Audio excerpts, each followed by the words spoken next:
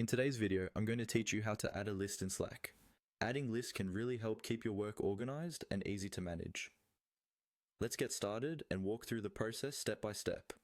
First, make sure you've opened Slack and are logged into the right workspace where you want to create your list. Once Slack is up, take a look over to the left-hand side of your screen. You'll see various options and your profile. Just above your profile, there's a little plus sign. This is your gateway to creating new items quickly. Go ahead and click on that plus sign.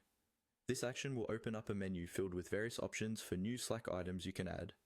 Now from these options, you'll want to see one labeled List.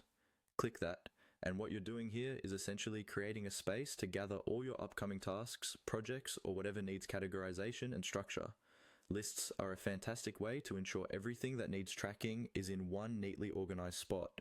Once you've clicked on List, the next step is naming this list. A good tip here is to make the name of your list as descriptive as possible.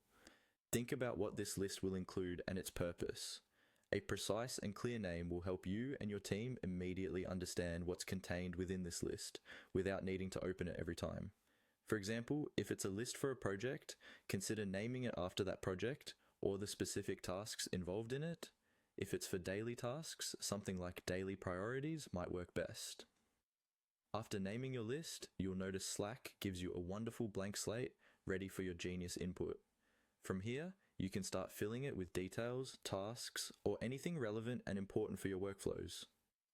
While we've not covered adding specific list items in detail, remember that Slack lets you add different elements to enrich your lists, such as deadlines and details that keep everyone in the loop. This would be a good time to think about who might need access to this list.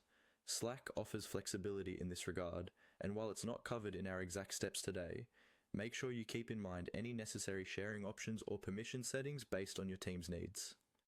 By now, you're pretty much ready to operate with your new list. Check in regularly, adjust as necessary, and keep it updated to make the most of how Slack can empower your teamwork. And that wraps up the process. Remember, efficiently using lists in Slack will help streamline communication and keep everyone coordinated. Thanks for watching, and happy organizing.